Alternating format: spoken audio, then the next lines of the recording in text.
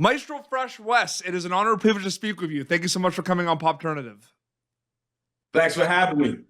You know, it's interesting because, we're talking about season 4 of Race Against the Tide, coming soon to CBC. But before we kind of get into that, the goal and the ambition of being an artist and musician is you want to make art, you want to make the craft. So it starts kind of, these ideas, then you go to the studio and you make art and you're focusing on that, getting out there, touring, music videos, all of that.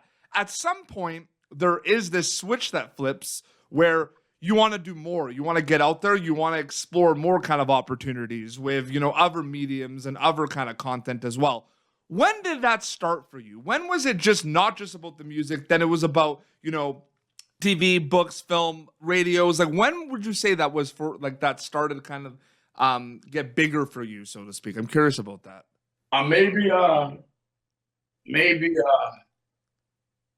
95, 96, those times. Mm-hmm. Yeah. When I was 5 years old. That's great. Well, the reason why is because coming out of Canada, especially then, if you look at the landscape of hip hop, yep, Black music in Canada, we didn't have that many opportunities for like streams of income. Mm-hmm. So let's say I'm finished touring. When's your next money coming through? You see what I'm saying? So it was just like a monetary thing, and just being out there realizing I got to find different ways to hunt. I got to find different ways to eat. You feel me? Absolutely. So that's where it came from. It wasn't like, I'm so bored with rapping. You know what I'm saying? It's like, damn, like, I got bills to pay. I got mouths to feed, or what have you. You know what I'm saying? So every generation that I've been through, I've gotten better at doing things for the fact that hip hop was the foundation of that. Like, you know what I'm saying? I learned the importance of repetition, the importance of preparation as an MC, as a lyricist. So then I use that same energy into, like, if it's acting or producing my own projects or hosting my own projects and whatnot. You know what I'm saying? 100%. This is a really cool moment that I've been thinking about for a while, because I have my major was communication studies, but I had a minor in music. And I think it's really cool, man, that you were literally a multiple choice answer to my final popular music in Canada exam years ago. Yo, when you get like 100 on your exam, take me out for dinner, man. You know what's really funny? It's funny you say that. I got 99. I got 99 and 100 on that exam.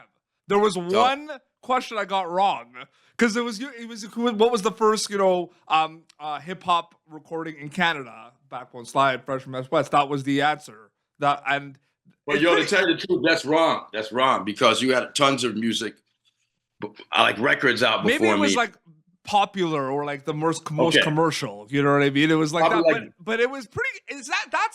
I don't think that's ever gonna sink in, that people are actually like studying what you did, right? Like, that's pretty cool, right? Yeah, exactly. Thank you, man. It's a blessing to be acknowledged. Mm-hmm. I think you're right. I think it was the first commercial popular music. It was something along with that, but it was cool because it was like popular music in Canada. Every week it was a different genre.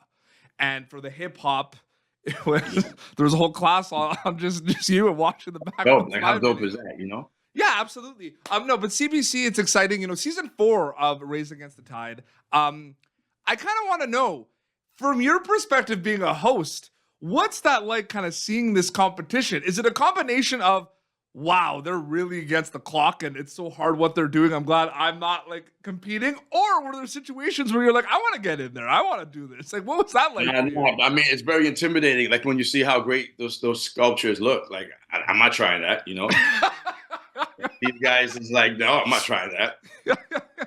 But I really appreciate them, you know what I'm saying? And it's a different type of thought process as an artist, because like with my music, I'm working on a demo, I'm working on a song. I can listen to that song over and over again. Yeah. like the songs I've written, I haven't listened to in like 20 years, but I could go back and listen if I feel like it, right? 100%. But these sculptors, they make these sculptures that the tide is going to destroy this within 6 hours, and you'll never see that again. Yeah. You get what I'm saying? Yeah. So it's almost like, you know what it's like to me? It's almost like I just got inducted in the Canadian Music Hall of Fame, right? So congratulations.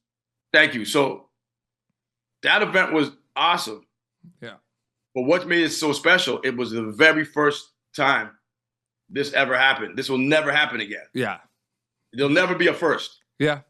Another first. Do you see what I'm saying? Mm-hmm. So these sculptors, they have to say to themselves, this is what we're doing right now. This is what we're championing right now. Yeah. And what are the camera crews like? I'm having to take all this BATS and photos of They stay out the way because these are artists. The cameramen, they stay out the way of these artists that are putting their life, this is a part of their life that's going to last hours, and it will never happen again. Yeah, you'll do another sand castle, you know what I'm saying? But it will never be this specific one. You'll never even see it again. Yeah, absolutely. You know what I'm saying? Not like you can take a photo of it, but you'll never see this part of art again. And that's something I really appreciate, man, you know? 100%. On CBC, premiering April 28th, weekly back-to-back episodes. And then CBC Gem is always a great spot for people to kind of check it out if they can't catch it on CBC. That's season 4. It's crazy that there's always been 4 seasons of this show. Like, I remember like when season 1 came out and we're talking about season 4. But what is time these days? Let's be honest. I can't keep track of time, man. I know, eh? You know, it's interesting because I interview a lot of, people from TV and film, Wes, a lot of actors, writers, directors, and I ask this question, and I'm sure you can kind of answer this from a music perspective. It's a really cool feeling to have an idea, go and make something, and then the, process of making it in the recording studio, hearing it, like the playback, and then it going out there. Is that like 2 separate kind of journeys from a music storytelling perspective for you? Like the making of it and then it being kind of out there, or is it one big journey with multiple steps? That's a great question. No one ever asked me that before, man. Thank you. Yeah. They're separate, man. Like having a thought and then having it written down, then having it recorded. That in itself are 2 different journeys right there. The thought process to actually putting these words together over the beat or whatever like that. Then actually, you're recording it now. Yeah. Now you're hearing the recording version of it. Yeah. Now you're going to have some dropouts over here, add some horns over there, take this out there, arrange it differently, and then it's going to get record is done. Then you mix it. Yeah, I know. Then you have different mixes all together. Now I didn't like the way that sounded. I could change that. So by the time you get to the final thing, it's like, wow, these are different journeys. These different chapters. Yeah. In the process. You see what I'm saying? So I enjoy writing. Yeah. Because in my mind, I know what's going to sound like when I make it to the end of the tunnel. There's light at the end of the tunnel.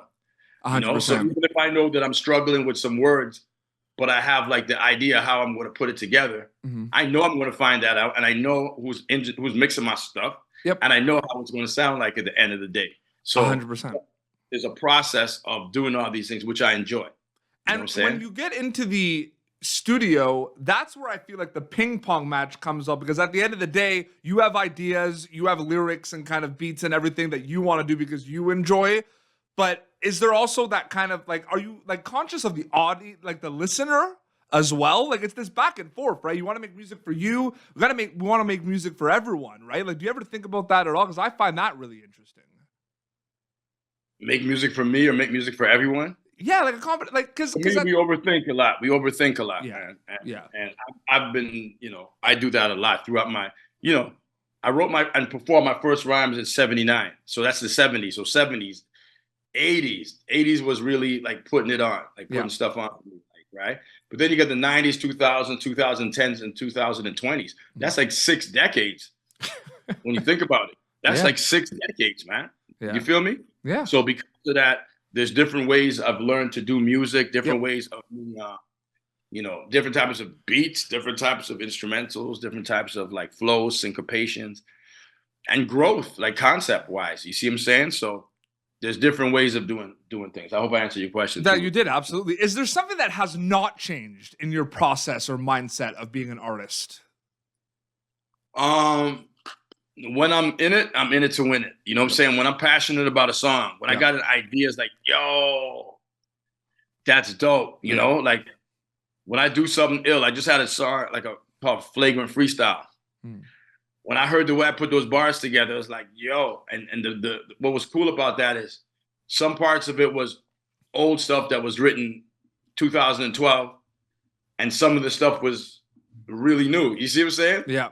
Just the way everything came together over a Socrates beat. I'm like, yo. Yeah. And it's just a freestyle. It's cool. You feel me? So the passion, the feeling I got from that and the reception I got from like the hip hop community is like, yo, it felt good. You see what I'm saying? That's not something that I put on streaming services or anything like that. Yeah. But it's something that, you mentioned, Canadian Music Hall of Fame. You recently performed at the Juno Awards, which was a fantastic performance, by the way.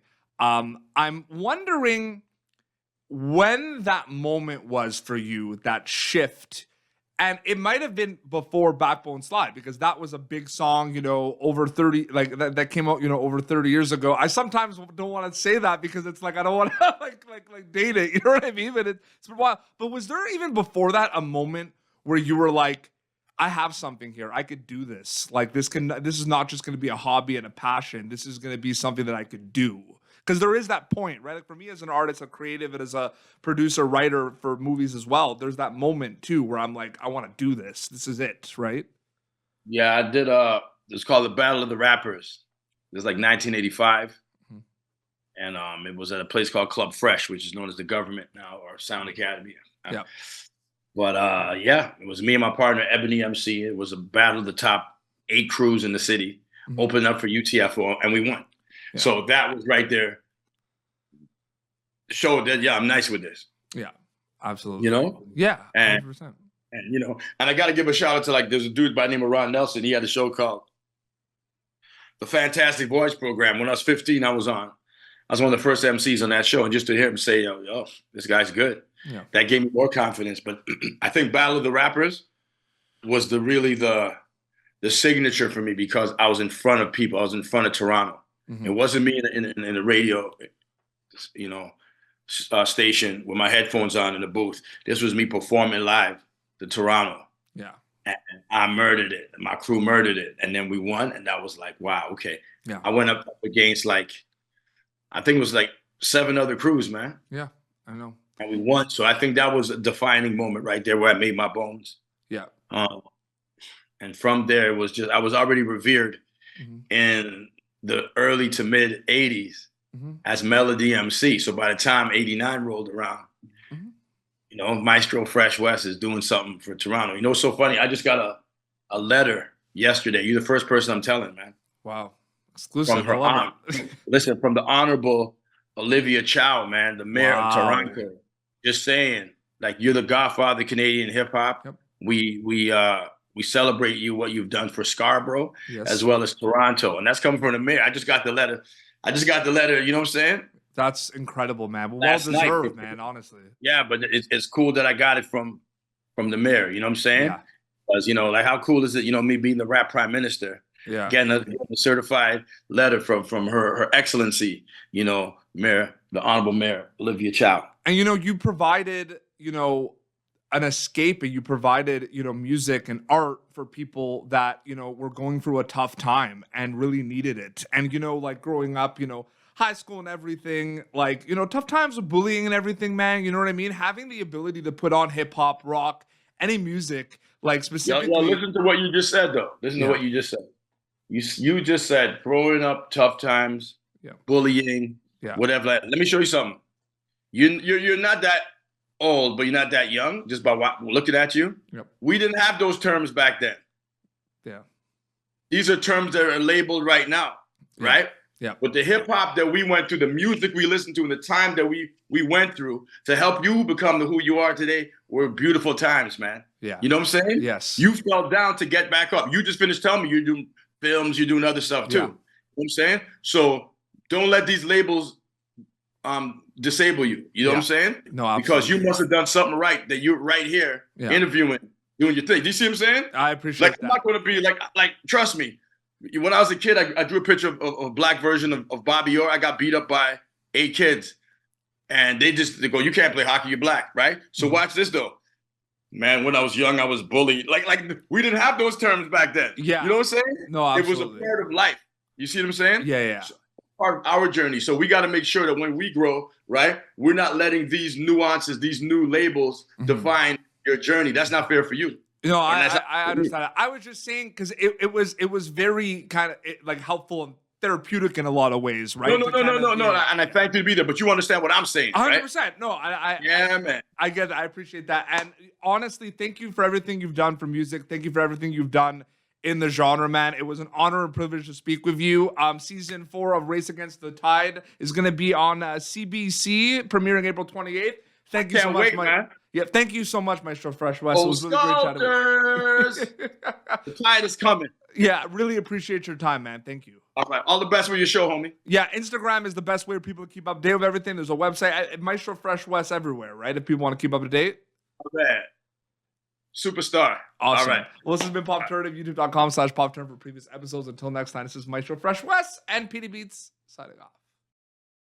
Thank you for tuning in to PopTurnative. Make sure to check out our past episodes of PopTurnative on YouTube. This has been an Autograph Communications production.